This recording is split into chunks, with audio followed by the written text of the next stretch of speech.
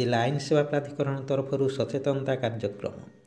अनुगुल जिला आईन सेवा प्राधिकरण तरफ एक सचेतनता कार्यक्रम खोलारी ग्राम पंचायत सभागृह ठारे अनुष्ठित हो जाइछि।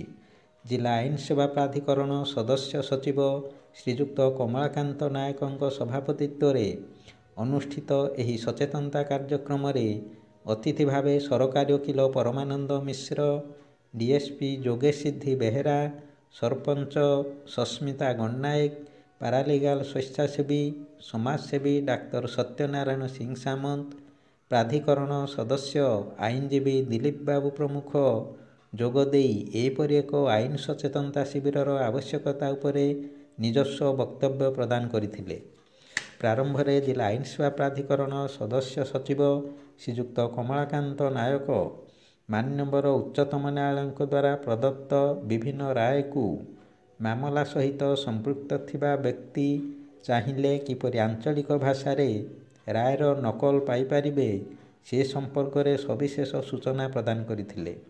एथिसहित मान्यवर उच्च न्यायालय किपरि वीडियो कॉन्फ्रेंस माध्यम मामलार शुणाणी करी राय प्रदान करुछंती से संपर्क में बुझाई देथिले। जिला आईन सेवा प्राधिकरण किपरि शिशु, महिला, गरीब, कयदी, आर्थिक दुर्बल व्यक्ति को मागणा आईनगत सेवा जोगाई देउछंती से संपर्क में कार्यक्रम में योगदान करथिबा पंचायत प्रतिनिधि, महिला गोष्ठी सदस्या एवं ग्रामवासी भाई भौणी को सचिव श्रीजुक्त कमलाकांत नायक सविशेष भावे अवगत कराइथिले।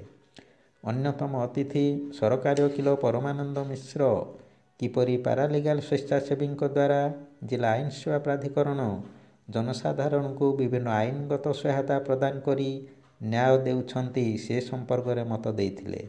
विशेष भाव में मध्यस्थता माध्यम किपरि पारिवारिक विवाद, संपत्ति भाग बंटा जनित विवादर आपस समाधान संभव हो पारुछि से संपर्क में निज अनुभूति विभिन्न उदाहरण देथिले। पारालीगाल स्वेच्छासेवी समाजसेवी डाक्तर सत्यनारायण सिंह सामंत निज रचित कविता माध्यम उपस्थित महिला गोष्ठीर सदस्या ग्रामवासी भाई भौणी को विभिन्न आईन सहित नैतिकता उपरे बुझाई आईन संपर्क में जानी तार सुजोग नेबा उपरे गुरुत्व देथिले।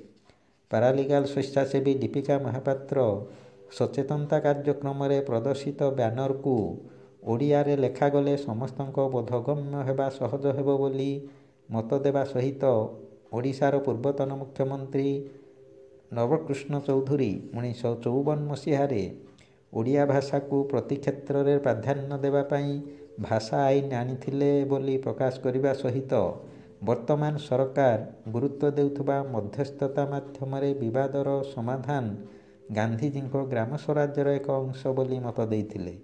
जिला आईन सेवा प्राधिकरण तरफ आज यही सचेतनता कार्यक्रम आयोजन करा जाइथिबारु समस्त अतिथिवृंद एवं अंशग्रहणकारी को धन्यवाद जनाइथिले।